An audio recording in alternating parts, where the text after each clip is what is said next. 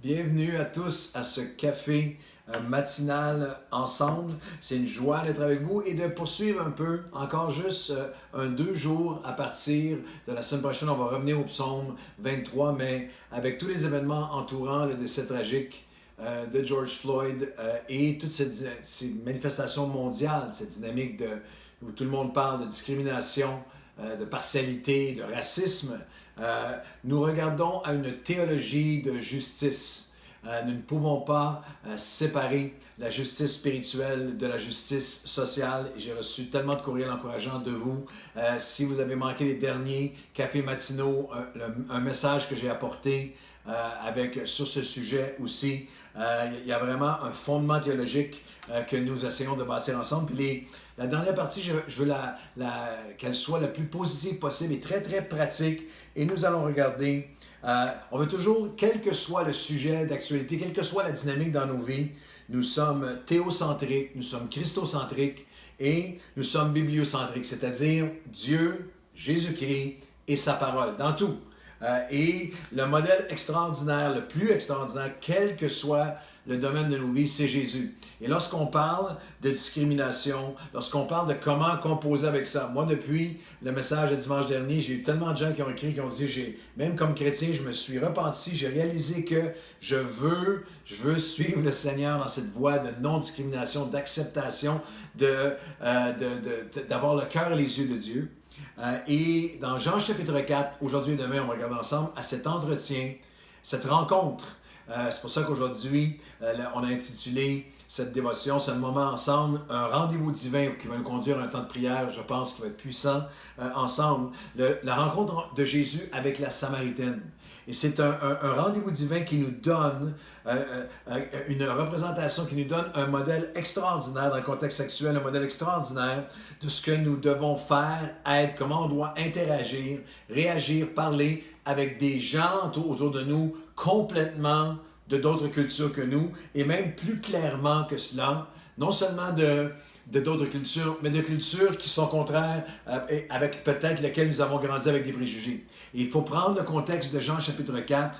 Jésus est dans Jean chapitre 4 et au verset 35, nous lisons « Le Père aime le Fils et il a remis toutes choses entre ses mains. » Jésus est l'expression, nous allons voir l'expression du cœur de Dieu. L'expression du cœur de Dieu. Et dans cette rencontre, nous avons un modèle de guérison, de réconciliation, de renverser des préjugés avec lesquels chacun d'entre nous, dans une culture ou une autre, avons vécu contre ou à l'égard d'une autre culture, d'un autre type de personne, d'une autre nationalité, d'une autre ethnie, d'une autre race, d'un autre milieu que le nôtre. Et Jésus nous donne un modèle dans Jean chapitre 4 de ce que nous devons faire, être, comment on doit réagir comme personne, comme croyant, comme Église, comme leader chrétien, comme Église chrétienne sur la terre. Il a fait quelques étapes qu'on va regarder ensemble, et la première, c'est qu'il s'est rapproché pour un rendez-vous divin. On lit ensemble dans Jean chapitre 4, et à partir des versets 3 à 7, Jean 4, 3 à 7, « Alors Jésus quitta la Judée et retourna en Galilée, comme il fallait qu'il passe par la Samarie. » Tout le monde évitait, tous les Juifs évitaient la Samarie, mais lui, il fallait qu'il y aille parce qu'il y avait un rendez-vous divin. Et Dieu a des rendez-vous, même je pense en ce moment, en cette mi-année 2020, il a un rendez-vous divin pour nous, pour retrouver son cœur. Rendez-vous divin pour nous rapprocher les uns des autres. Une femme de Samarie vient puiser de l'eau et Jésus lui dit, donne-moi à boire. Ils sont au puits. Le verset 5 nous dit, il arriva dans une ville de Samarie, nommée Sychar, près du champ que Jacob avait donné à Joseph, son fils, et là se trouvait le puits de Jacob. Jésus, fatigué du voyage, était assis au bord du puits. C'est environ la 6e heure, et une femme de Samarie vient puiser de l'eau. Jésus lui dit, donne-moi à boire.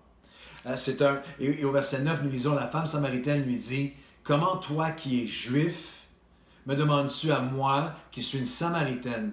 Les Juifs n'ont pas de relation avec les Samaritains. On a besoin de comprendre qu'il y avait 7 siècles auparavant, il y avait un racisme qui était systémique, qui était pandémique. Il y avait une division qui avait pris place entre les Samaritains et les Juifs. Les Juifs avaient une telle aversion des Samaritains. Il y avait une telle haine et aversion, c'était culturel. Imaginez 7 siècles. Chaque petit garçon, petite fille grandissait avec ça.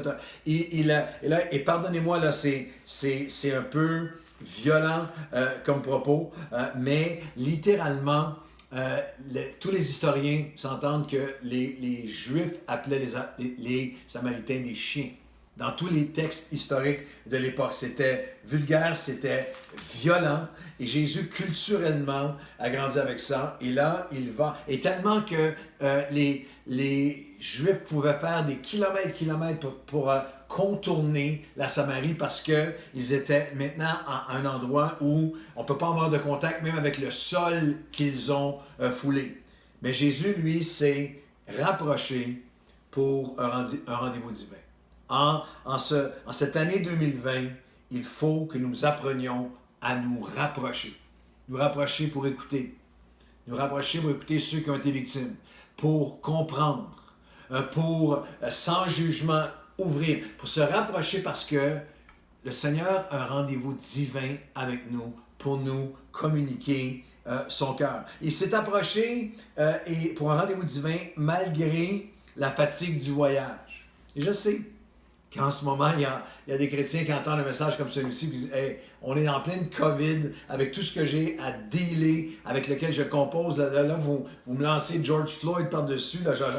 Malgré la fatigue du voyage, malgré les différences. Vous ne pouvez pas avoir plus grande différence culturelle. Un homme, une femme, un juif, une samaritaine. Le Fils de Dieu dans toute sa pureté incarnée, sa perfection de pureté, de motif parfait de cœur et d'esprit, d'action, de pensée, de motif, et une femme qui était brisée par la vie, comme on va dire dans un instant, qui avait eu 5 maris, ils ne peuvent pas être plus différents. Mais Jésus transcende toutes les différences pour se rapprocher d'elle.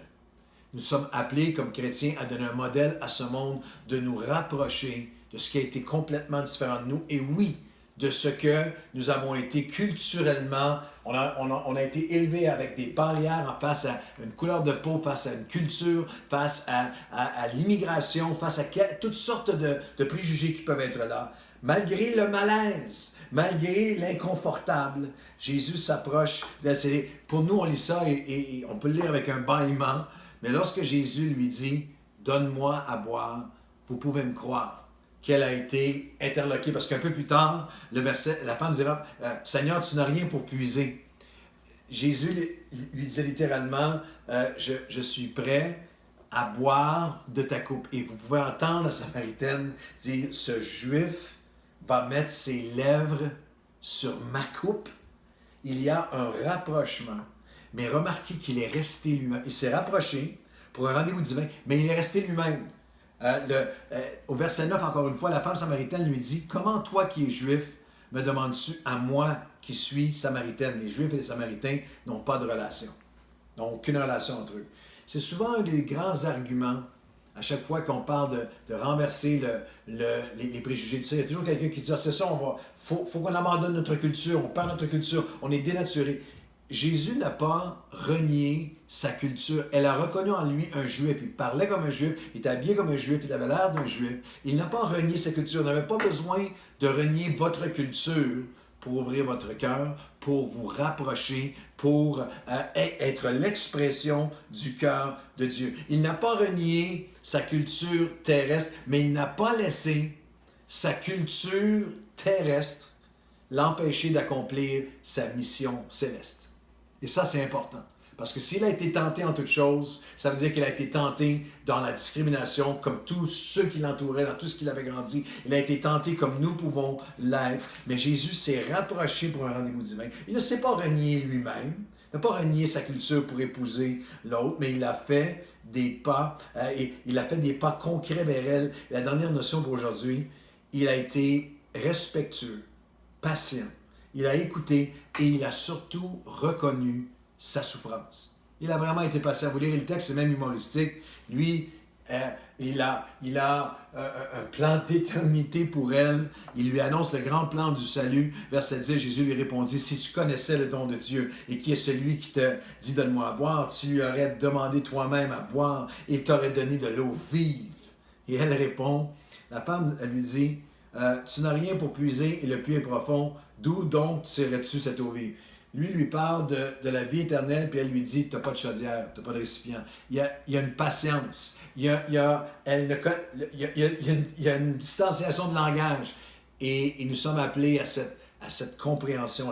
Il y a quelque chose qui m'a, toute la semaine, qui m'a touché, c'est que Jésus comprenait ce qu'elle ne connaissait pas. Il a dit, si tu connaissais des gens qui ont été blessés, qui ont été victimes de discrimination, il y a ils ne connaissent même pas qu'ils peuvent être respectés. Il y a des gens qui ne connaissent même pas, il y a des Noirs qui ne connaissent même pas qu'il y a des Blancs qui peuvent les respecter. Il y a tout un univers qui ne connaît même pas qu'il y a un peuple chrétien sur la terre qui peut avoir un cœur différent de ce qu'ils ont connu. Jésus a compris la souffrance. Parce que souvent, on a lu ce texte-là, parce que le texte nous lira, on va en parler demain, qu'elle avait eu 5 maris. Appelle ton mari, lui dit Jésus au verset 16. Elle répondit, je n'ai pas de mari. Jésus lui dit, tu as raison, tu as eu 5 maris, et maintenant celui tu as 5 époux, et celui que tu as maintenant n'est même pas ton mari. En cela, tu as dit vrai. Et on a souvent lu, plusieurs ont interprété ce texte pour dire que c'était une femme dévergondée, une femme de mauvaise vie, une femme qui avait connu. Mais dans le contexte, nous n'avons pas toutes les... le texte, on n'a pas de précision. Mais une chose qu'on sait, c'est que dans le contexte du Nouveau Testament, les femmes n'avaient pas le pouvoir de divorcer. Les hommes divorçaient. Et les hommes divorçaient pour n'importe quelle cause.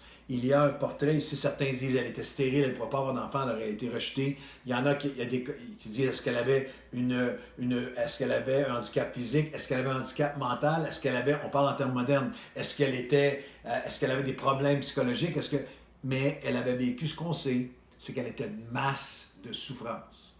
Elle avait vécu 5 rejets, 5 trahisons, 5 déceptions, 5 traumatismes. Une vie où elle est maintenant dans un état de méfiance absolue. Elle est une plaie sur 2 pattes. Nous devons écouter et croire ceux qui nous parlent des expériences de discrimination qu'ils ont vécues, expériences de racisme qu'ils ont vécues. Nous avons besoin d'avoir ce cœur et cette pensée de Dieu. Laissez-moi vous terminer en vous donnant deux applications, 2 analogies pour vous aider à comprendre le contexte de ceux qui ont été victimes. Moi, j'ai écouté des centaines, si ce n'est des milliers de personnes qui ont été victimes de discrimination à travers le monde.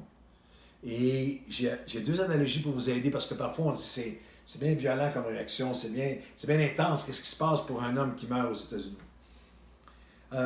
Comme les victimes d'agressions sexuelles, ceux qui ont été victimes, parce que l'agression sexuelle et la discrimination, c'est un pouvoir qui s'exerce sur l'autre. C'est quelqu'un qui prend, qui enlève, qui exerce une domination. Et comme les victimes d'agression sexuelle, souvent enfouissent, lorsqu'ils vivent l'agression, les femmes, la majorité sont des femmes, il y a des hommes aussi, mais la majorité des femmes enfouissent. Et lorsqu'elles finissent par être capables d'en parler, très souvent, on ne les croit pas. Très souvent, on les met en doute. Très souvent, on les accuse. Tu as dû avoir fait quelque chose pour la provoquer. Tu as dû avoir fait... Et c'est ce que les victimes en ce moment de discrimination vivent. On ne les croit pas, t'exagères, voyons donc, pas ici, pas au Québec, pas... Laissez-moi vous donner un deuxième exemple. Ceux qui sont, une deuxième analogie, peut-être que vous allez la comprendre. Ceux qui sont victimes de discrimination sont comme des victimes de syndrome post-traumatique. Je vous donne un exemple de quelqu'un qui est allé au front, qui est allé à la guerre, que ce soit en Irak récemment ou quel que soit l'endroit, et a vécu des traumatismes profonds, qu'il y a un mode de défense, il y a une autodéfense, il y a un mode de survie où on l'enfouit. Mais tout le monde de la psychologie nous dit que ce qu'on réprime s'imprime. Et très souvent, 6 mois plus tard, 1 an plus tard, 2 ans plus tard, ça peut être un son, ça peut être, on appelle ça un syndrome post-traumatique, il y a quelque chose qui semble anodin, mais qui, pour la personne blessée, devient un déclencheur, devient littéralement, ça devient un trigger, un déclencheur, une gâchette. Et là, il faut avoir quelqu'un qui est à la guerre. J'ai regardé un documentaire là-dessus. Il y a quelqu'un qui avait été sous des bombardements et ça pouvait être un son musical, un son de violon où tout à coup, il y a une réaction qui semble démesurée. C'est ce qui arrive avec des gens qui ont été toute leur vie, de petite et de grande façon, victimes de discrimination raciale ou autre. Un événement comme celui de George Floyd ou un autre événement devient un déclencheur de réaction qui pourrait nous sembler à nous, qui ne l'avons pas été, sembler démesuré. Ce qui est magnifique avec Jésus, c'est qu'il s'est approché d'elle pour un rendez-vous divin. il a pas renié sa culture, mais il a transcendé toutes les murs de sa culture pour aller la rejoindre. Il l'a rejoint là où elle était et il a reconnu sa souffrance et que que le Seigneur avait préparé ce rendez-vous, qu'il était là pour... Et je veux terminer en vous disant que nous sommes l'Église sur la terre. On va regarder comment demain. Nous sommes l'Église sur la terre. Vous êtes dans votre voisinage, vous êtes autour de vous, dans votre famille, vous êtes à votre travail, à l'école, à l'université. Dans notre société en 2020, nous sommes appelés à être ceux qui vont se rapprocher, qui vont ne pas renier notre culture, mais nous allons ouvrir nos vies afin de toucher, afin de ne pas rejeter, et afin de reconnaître la souffrance. Alors, vous priez avec moi, juste priez avec moi. Seigneur, aide-nous à être comme toi. Aide-nous à comprendre, à écouter, à nous rapprocher, que les milliers d'hommes et de femmes qui regardent ce café matinal puissent devenir des chrétiens qui, comme Jésus, se rapprochent pour écouter, pour comprendre, pour aimer, pour soutenir, qui ne rejettent pas notre culture, mais Seigneur, nous sommes là pour tendre une main, nous sommes là pour la transcender. Et nous avons une mission, nous avons une culture terrestre, mais nous avons une culture céleste, divine, ton cœur. Et Seigneur, que tu nous donnes une sensibilité pour écouter et surtout ne pas mettre en doute, ne pas blâmer la personne qui exprime peut-être, même de façon qui nous semble forte, ce qu'elle a vécu, mais que nous soyons ton cœur. L'expression de Jésus qui tend ses mains et qui dit, si tu bois de l'eau, de l'amertume, si tu bois de l'eau du grief et de ta souffrance seulement, tu vas toujours avoir soif. Mais moi, j'ai une eau à t'offrir. De mon amour, de mon pardon, de ma grâce, de ma guérison, de ma réconciliation qui peut changer ta vie. Fais de nous des instruments de ton amour. Au nom de Jésus. Amen et amen. Bonne journée à tout le monde et à demain.